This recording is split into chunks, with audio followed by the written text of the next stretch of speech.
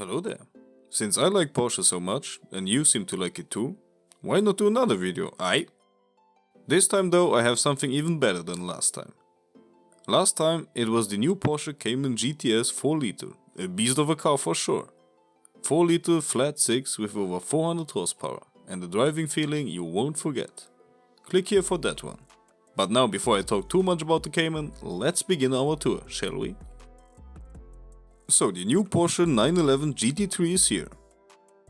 And what can I say? I almost don't want to say anything because I believe this car speaks better for itself. See the new design, better engine stats, although it's the same engine but a bit more powerful, but everything is a little better. Even though the old 911 GT3 is everything but bad, this new one promises to do everything better. So first of all the price, to really shatter your expectations. 167,000 euros entry price. That's a lot of money.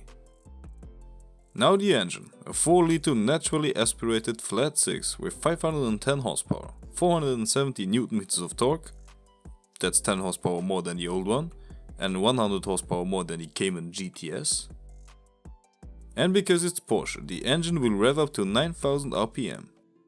All this combined makes for a very good 0 to 60 time. 3.4 seconds is fast as hell, and a top speed of around 197 miles an hour. With that time to 60 it even shares the top spot with the Jeep Grand Cherokee Trackhawk. But that Jeep is powered by a V8 twin turbo with over 700 horsepower. Okay, it's heavier, but still 200 horsepower less and only half of the torque that the Jeep does. Yes, the Jeep does over 1000 Nm. It's simply amazing. The Porsche has of course a big rear spoiler, because GT, you know. And this one not only looks cool and new, but it also has a purpose. This design they call the swan neck, flashy. But actually it improves airflow, and the maximum angle at which the spoiler has to be, the maximum attack angle, for the same amount of downforce is reduced, making the car more aerodynamic than the old one. Plus, underneath, you have a smaller one fitted to the body of the 911 GT3. This generation also sits lower to the ground due to adaptive dampers, and it shares for the first time the front suspension with the 911 RSR race car. That means that they also had to change the back suspension, but nobody's talking about that. Rear wheel steering as standard for over 160k. Great, you know what rear wheel steering is. The back wheels turn in the same direction at fast speeds and in opposite directions if you drive slow. Also the car has a limited slip differential, optional carbon ceramic brakes with 6 piston calibers, and depending on what you want, a 6-speed dual clutch automatic gearbox, not an 8-speed one like the standard 911, or a 6-speed manual. With a manual transmission the car weighs 1418 kilos, and with the 7-speed automatic it's a bit more. That's normal for automatic gearboxes. But they decided to go with a 7-speed dual clutch instead of the 8-speed one like in the normal 911, because like this they could reduce the entire weight of the car, plus you get fast and sequential shifting.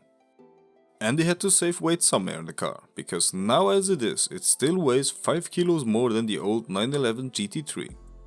They had to install lightweight windows and a light stainless steel exhaust. Now you might wonder if the car will perform better than the old one.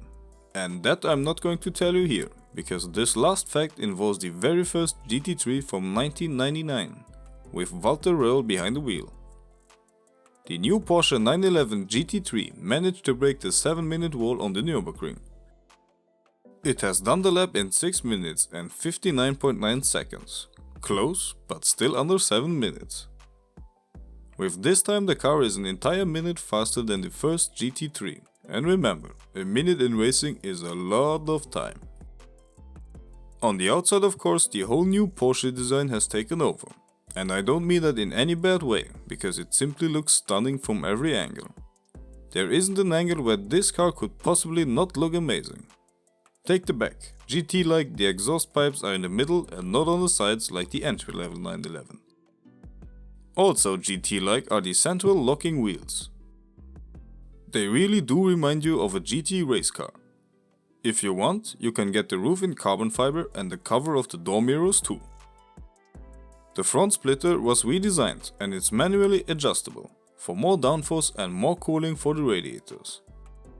The two air vents in the front are no longer in front of the hood, but are now in the hood itself. Also, the hood is made out of carbon fiber reinforced plastic. Why, you ask? Because they had to save weight everywhere. Carbon fiber bucket seats are always nice to sit and mostly racing.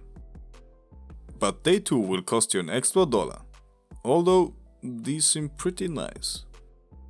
But the sport seats you get as standard are nice too. But they only adjust in 4 different ways. This can of course be upgraded to 18 ways. The roll cage is not standard, but it's part of the Club Sport pack. With that you also get a racing harness and a fire extinguisher.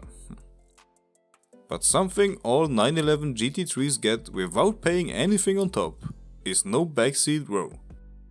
Also, I don't know anyone who goes back there willingly. The Porsche gets 20-inch shoes on the front, topped with Michelin Cup 2 tires and a new wheel design. 21s are at the back, and if you want, you can choose the optional Cup 2 R tires, if you find you need those. They are apparently even better than the Cup 2s. And now, sadly, the last fact for this amazing car. To further reduce weight, they made the 3 back windows out of plastic. But don't worry, it's surely some kind of really durable and expensive plastic. And again, I see you here at the end. This video I didn't even want to stop, because the car just makes me smile all the time I look at it. It's the perfect sports car. Big, clean, fast, and it looks like a true Porsche. What's your opinion? This one or the Cayman GTS? What do you think? You know, leave your thoughts down below, and as always, keep it fluid.